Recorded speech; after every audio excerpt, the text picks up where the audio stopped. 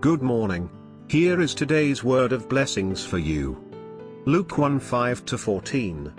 In the time of Herod king of Judea there was a priest named Zechariah, who belonged to the priestly division of Abijah. His wife Elizabeth was also a descendant of Aaron. Both of them were righteous in the sight of God, observing all the Lord's commands and decrees blamelessly. But they were childless because Elizabeth was not able to conceive, and they were both very old.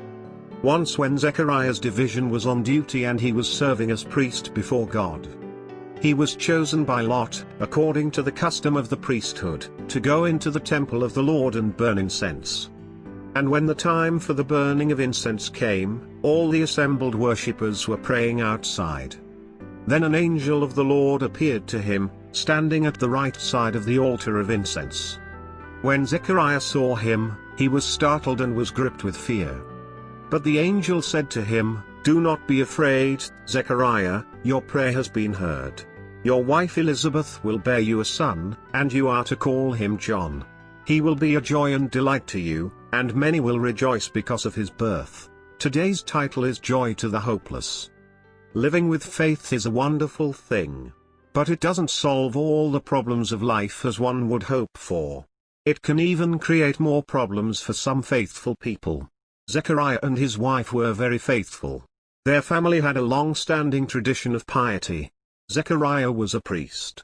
His wife Elizabeth was a descendant of Moses' brother Aaron. Both of them were righteous and blameless in the sight of God. But they were without a child. Zechariah did not give up on it. Even when it was almost biologically impossible for Elizabeth to conceive a child, Zechariah prayed for a child. A child was a sign of God's blessings in Israel. But Zechariah had a more pressing reason to have a child. Both Zechariah and Elizabeth were earnestly longing for the kingdom of God. Someone has to make a way for it to break the darkness of the Herodian age. They want their child to do it. They had faith. But they were losing their hope at the face of reality. The Lord broke the silence.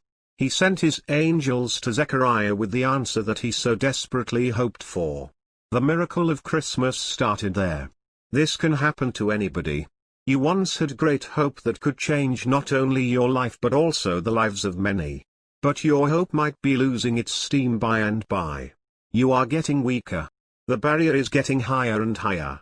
What can turn around the tide? You need the miracle of Christmas that breaks the shackles of hopeless reality.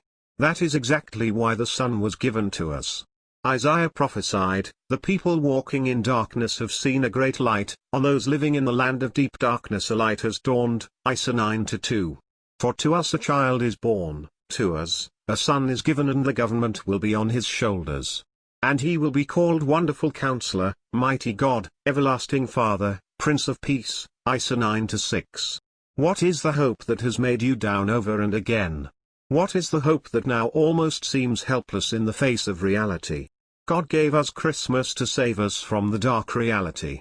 It turned around the history of humanity that was doomed. It surely can change your darkness into light, your frustration into peace, your hopelessness into joy. Merry Christmas.